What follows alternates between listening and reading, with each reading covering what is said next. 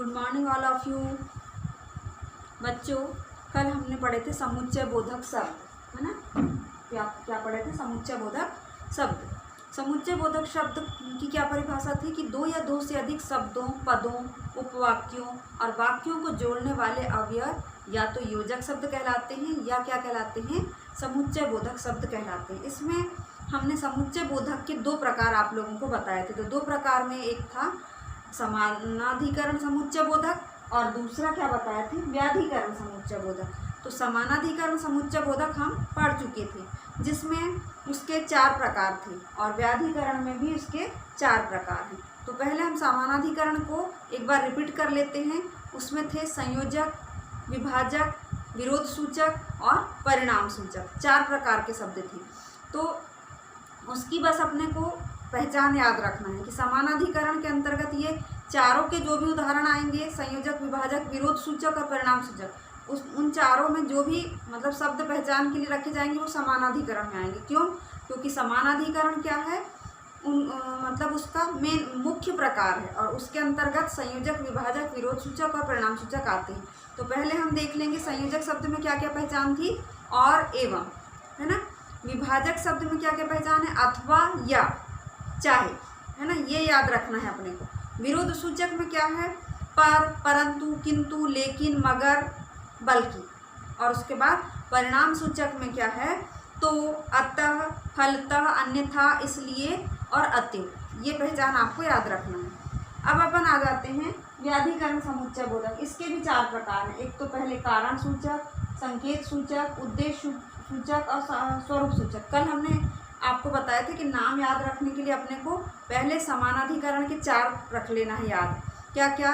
संयोजक, विभाजक, विरोध सूचक और परिणाम सूचक किसके अंतर्गत आते हैं? समानाधिकरण के अंतर्गत। संयोजक, विभाजक, विरोध सूचक और परिणाम सूचक, ये 4 आ गए समानाधिकरण। बाकी जितने 4 बचे वो काय में आएंगे? व्याधिकरण समुच्चय बोधक में। तो इसमें अब अपन को पढ़ना है कारण सूचक, है ना। तो कारण वाचक जो है इसकी पहचान है क्योंकि, चूंकि, इसलिए, इस कारण, है ना। क्योंकि, चूंकि, इसलिए और इस कारण इसकी पहचान है।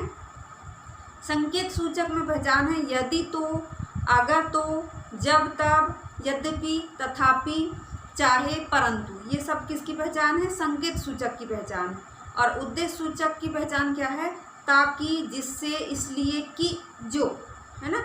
और उसके बाद अब अपना एक क्या बचा? कारण सूचक हो गया, संकेत सूचक हो गया, उद्देश्य सूचक हो गया और स्वरूप सूचक। स्वरूप सूचक में इसकी पहचान रहेगी अर्थात, यानी, मानो, जो, कि, यहाँ तक, है ना। ये जिसकी पहचान है। तो अपने को पहचान याद रखना है कि किसकी क्या पहचान है और उसके आधार पे हमको आगे का जो है जो भी वाक्य दिए रहेंगे उसको देखना है अपने को ध्यान से और उसमें अपने को पता लगाना है कि ये किस सूचक का वाक्य है ना।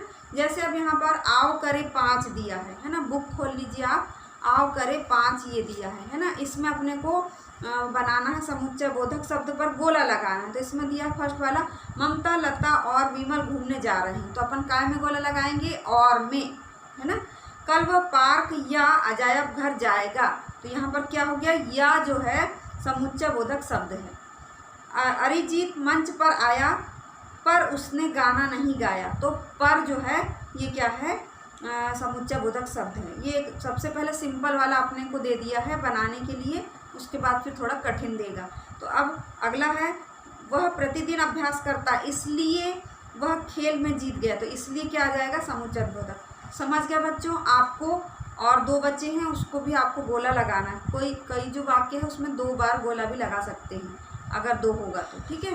अब अपने को अगला जो है आओ करे 6 करना है ना। आओ करे 6, उसमें क्या करना है आपको?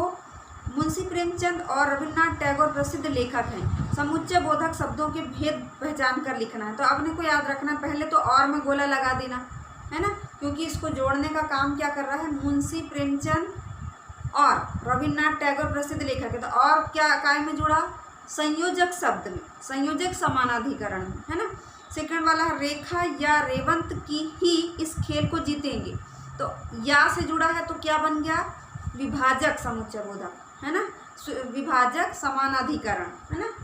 ये था व्याधिकरण और वो मतलब विभाजक संबंध। तो ये जो पूरे 8-10 सेंटेंस है आपको बनाना है, जो गलत होगा वो हम बता देंगे। तो आज के होमवर्क में आपको क्या करना है, होमवर्क में आओ करे 5 और 6 करना है। अब एक और बार देखिए, आपकी एक और बुक है हिम्मत, ये क्या नाम से, मेरी बारी 1 और 2 आपको किसके अंतर्गत करना है, ये व्याधिकरण और समुच्चय बोधक शब्द पढ़े, उसमें मेरी बारी 1 में भी देखो फिल इन दी ब्लैंक्स दिया है खालिस्तान की, दिए गए वाक्यों में उचित समुच्चय बोधक शब्द को लिखकर पूरा कीजिए। अजय, शोभा और क्या आएगा, और प्रिया हिंदी का निबंध लिख रहे हैं। हर वाक्य में आपको और ही नहीं आएगा, जिस जैसे अनुसार जैसे अभी पहचान आपने याद रखे थे, तो उनमें से कोई ना कोई शब्द इसमें आएगा। सेकंड है अजीत पुस्तक या पत्रिका नहीं पढ़ता, है ना। उसके बाद तुम वहाँ जाओ लेकिन मेरा इंतज़ार मत करना। इस प्रकार के जो शब्द अपन बुक से अभी देख सकते हैं प्रैक्टिस के लिए, और उससे आपको भरना है, फिर बाद में अपने को अच्छे से याद करना है।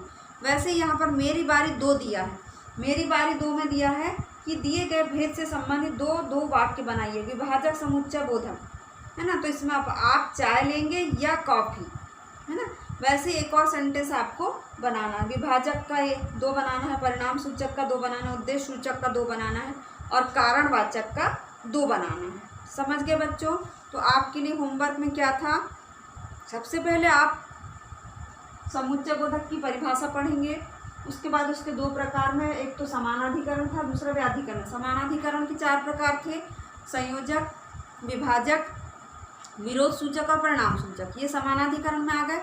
बाकी जितने बचे वो काय में आ गए व्याधिकरण में, जैसे कारण, संकेत, उद्देश्य और स्वरूप, ये काय में आ गए व्याधिकरण में। और आपको उसके बाद इसको अच्छे से पढ़ लेना, उसकी पहचान जो है उसको आपको तो याद रखना ही पड़ेगा, याद करना पड़ेगा आपको उसकी कि क्या पहचान है। और उसके बाद आओ करे 5 और 6 आपको करना है, और मेरी बारी 1 और 2 आपको, वो सब काम आपको बुक में ही करना है, ठीक है। बस ये सेंटेंस है, इसको आप पूरा कॉपी में बना के दिखा सकते हैं, या फेयर कॉपी रखे होंगे तो फेयर कॉपी में, ठीक है। तो आज के लिए इतना काफ़ी बच्चों, धन्यवाद।